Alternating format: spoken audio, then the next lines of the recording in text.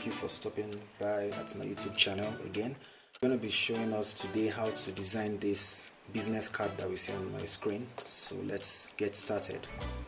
So first thing I'm going to do is to create a new tab, and here in size I'm going to scroll down to, now remember I'm using Corel Draw X8.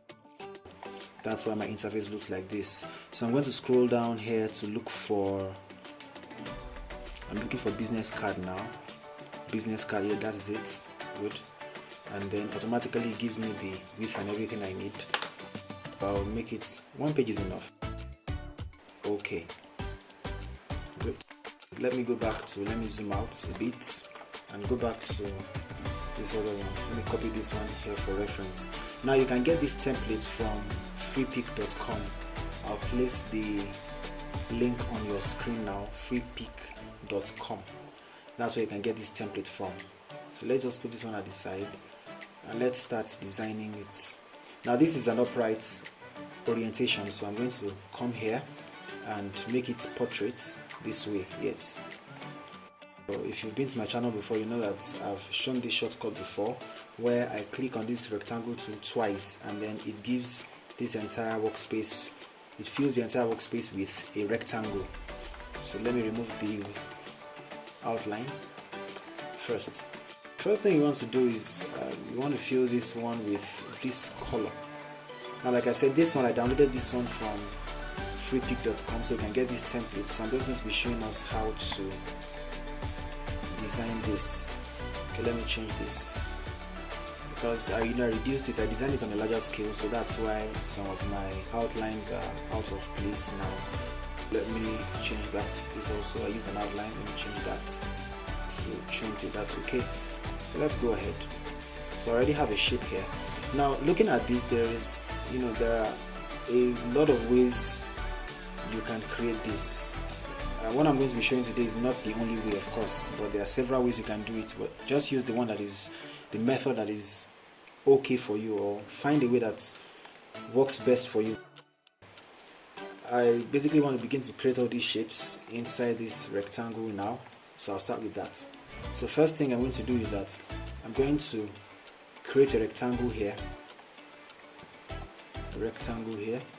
then I'll go to, when you select the rectangle, up here you're going to see corner radius. Make sure you uncheck this little box here. So if it's this padlock, if you leave it locked, it means that if you edit any of this side, this one edits the top left corner of the object, of the rectangle, of the shape. This one the top right, this one the bottom left, and this one the bottom right. So I'm going to, okay, let me put 0.1. okay, that's too small, so let me make it 0.5. that's okay. Then I come here also, make it 0.5 and click OK. Then I'm going to come here and invert it, so turn it more like upside down, then push this up a bit, or just leave it there. Control Z, Control Shift Z.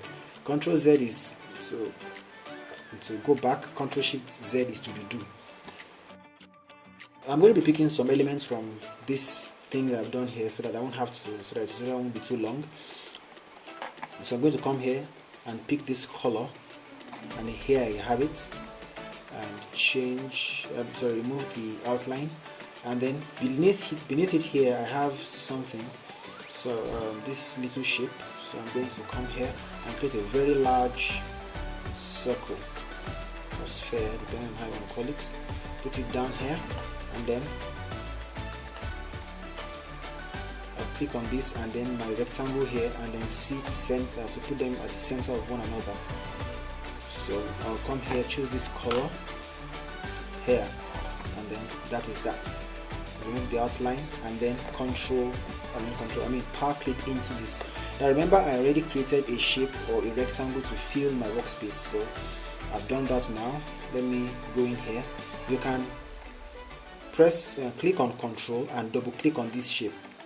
When you do that, it's going to take you into the power clip, and then while your finger is on Control, CTRL, click anywhere around the workspace, and then it takes you out.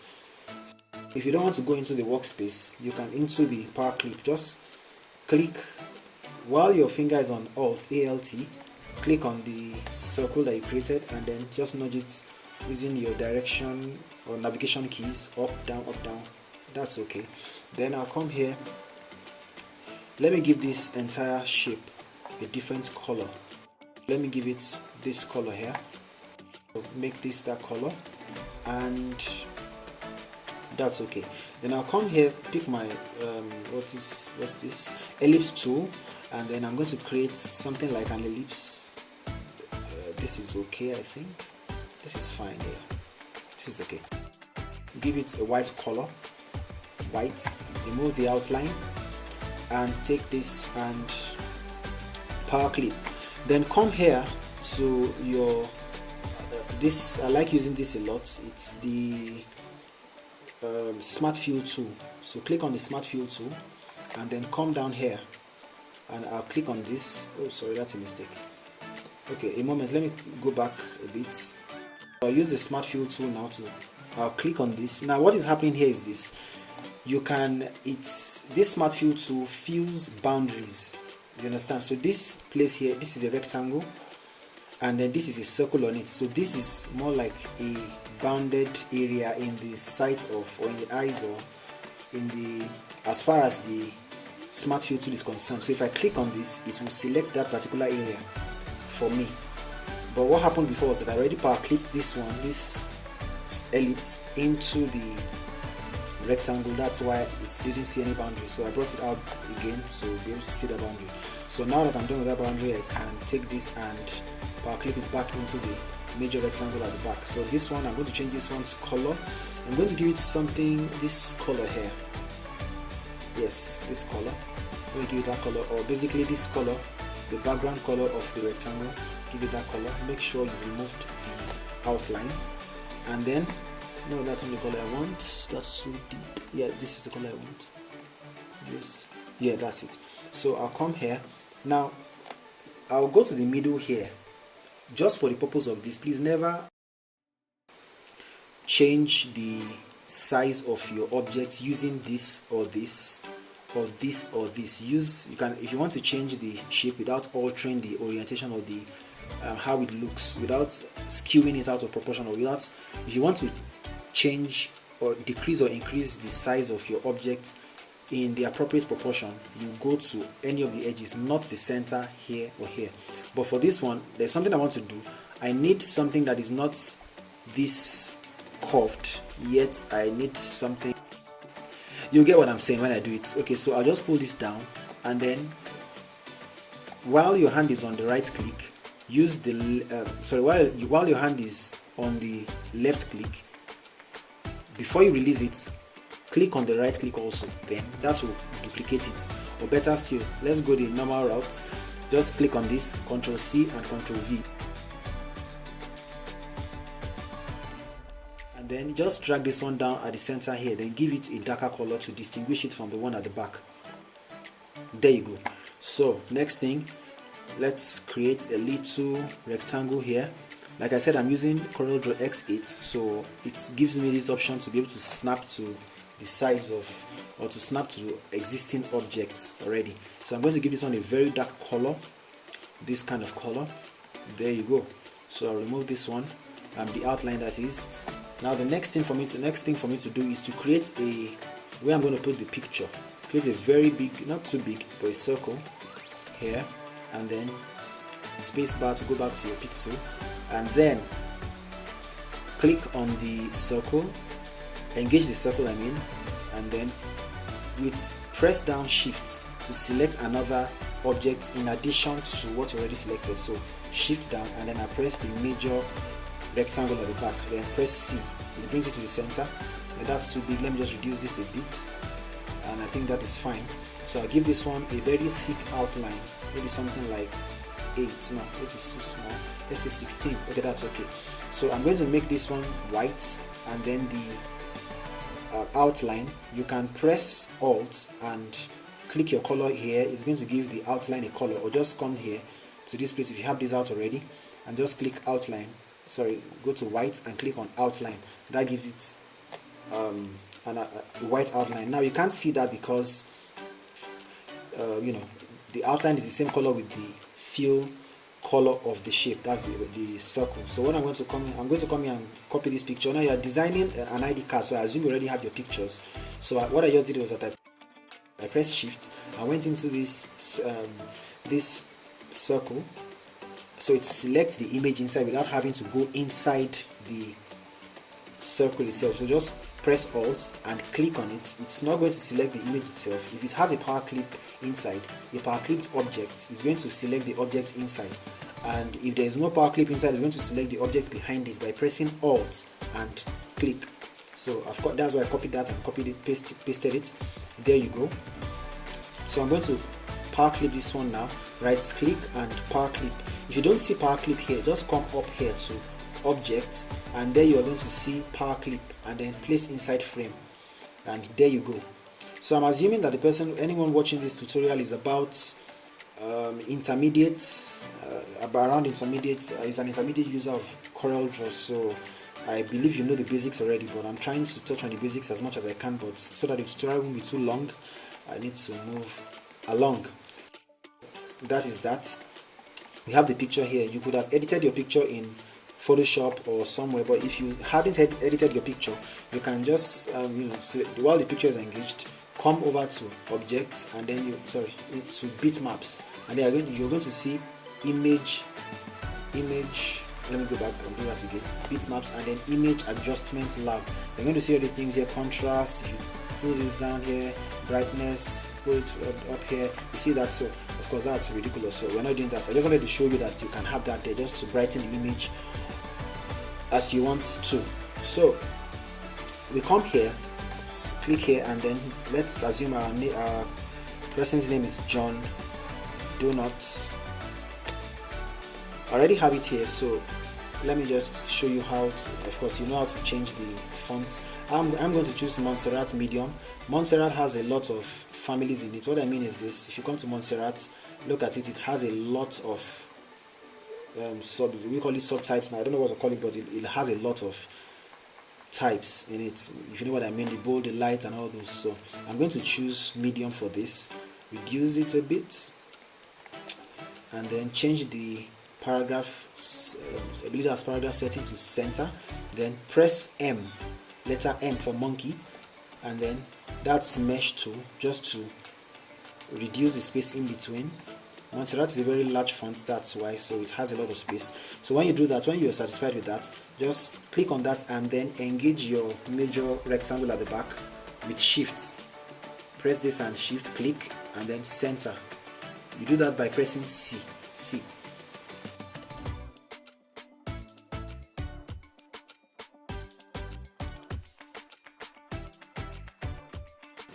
To alignment, but basically just come up here to objects, and then you see align and distribute.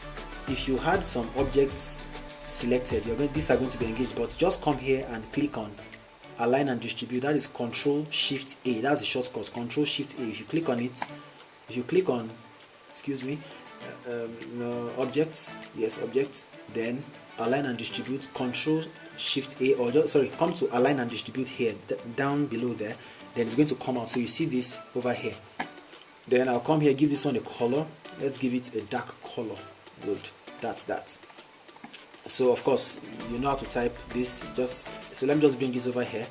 Supervisor, that is his designation, and then while this is selected, select the rectangle at the back, click on it, and then press C, or better say, let me use that. Let me do Control Z now. Then let me use this, my align and distribute. So it's right here, align and distribute. So I'm going to select my supervisor and then the rectangle at the back, and then press this one here. This one says align center horizontally. So I'm going to do that. There you go. So it aligns it to the center of the one I selected second. Good. So let's go ahead. We are done basically with the first page. You can increase this one. Let me take this down a bit and take this down a bit. Sorry. Okay, so let's assume you already have the company logo. So just bring the company logo and put it here. That's at the back. So with shift page up, you bring it up, or come to objects and go to transformation, no, sorry, not transformation, order, yes, order. Then you go to, just right here, you're going to see to front of page, that is control home or whatever. Just look at your own shortcut over there. There you go, put it here. So let's put this at the center. Select this shift, select the okay, you can select anyone because this one is already aligned with the major rectangle. So you can just come here, center align. That's okay. Let's put a shadow here on this one. So you come to this area here, drop shadow tool. So click on it and then go to your presets and give it small glow. Small glow is okay, you're still going to change it anyway. So come here, give it multiply, and then come to this, the color here, the shadow color. Change your CMYK to RGB, but if you're going to, since it's going to be printed, leave it on CMYK, please. Leave it on CMYK because you're going to print. So leave it on CMYK, then bring this one down a bit, not too dark. You can see the preview here as you're doing that, not too dark. This is okay. Then exit, then come to feather. This is shadow feathering. Come here and then increase it a bit, just a bit. No, that's too much. Let's reduce that. Just do it to your taste, whatever you think is okay, you know. This is okay. Good. I think basically we are done with the front now. Yes, this is quite minimalistic and I like it. So you can just nudge this one down a bit. That's okay. We now want to create the back. What you can do is just come down here to page 1 and right click, and you can click on duplicate page or insert page before or insert page after. So let me click on duplicate page. If I duplicate page, it's going to take everything on my workspace, not outside my workspace. On my workspace, it's going to duplicate it. But look at the options it's going to give me. Duplicate page is going to ask me if I want to copy the layers only or if I want to copy layers and their content. So what I'm going to do now is let me copy layer only. So just it's going to duplicate the shape and the workspace layout. So again, we come here, double click on the rectangle tool, and then we're going to create this back now. Now I already have my text here, so I won't have to type it again. I'll just pick them from here and put it on my work. So again, let me emphasize that because you're going to print, make sure all your work is in CMYK. You don't, ID cards are not soft copy publications, if I may put it that way. You print them, so ensure that your work is on CMYK. I don't think I was doing this on CMYK before, but I'm telling you now, make sure it is CMYK, because if you don't put it on CMYK and you're using RGB, by the time you export it or it's printed, the colors will differ from what you saw on your screen. So let's go ahead, remove the outline here. The back is quite simple. So come here, create a rectangle, small rectangle here. That's okay. Then come here, pick this color, a dark color. Now of course, when you're designing a business, no, not business card. Okay, yes, in the beginning, you notice I chose business card. That's because ID cards, business cards, and ATM cards, or your debit card or your credit cards, they have fairly the same, around the same shape. The same sizes. Or basic, or if you want the real size, I'm going to put it up now. So that's 2.0 by 3.5 inches. So that is that for this. Let's come here, create a very big circle now, very big circle. Yes, that's okay. Then bring that here. While that is still selected, click and press down shift, click on the background rectangle, and press C. That's the shortcut for center alignment, or come to alignment and then you see center align center horizontally. So you do that, it's already aligned. Good. So we are going to choose, go back to colors. We're going to choose this color here. Good. So make this color fill. Now if you don't have this color docker here, how you do it is this: you come to outline pen, click on outline pen, then the very last one you're going to see color. So if I click on color, because I already have it, it's going to disappear. But if I never had it, once I click on color, it's going to appear. So you see that it has appeared. So that's, it just makes your design life easier, as I like to say. Let's shift this up a bit with control selected. You know, we already aligned this to the center, so we don't want to move it around to the left or to the right. So with control, you move it up or down. Then I'll right click on this and power clip inside here. If you don't find power clip there, I showed you where power clip is. Go to objects, and power clip, and you power clip there. That is that. So let's shift this up a bit, or let's put it at the center. That's okay. Let's give this rectangle at the back itself, let's give it a major color. So that's color, I think that color works. Yeah, that's okay, that color works. So let's give it that color. Yes.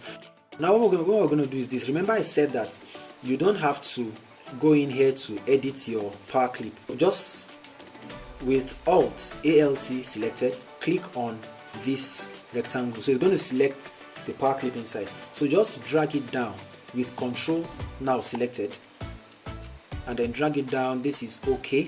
Then before you release it, you know you are dragging with your, well, Control is, you have pressed down Control and you are using your left click to drag down.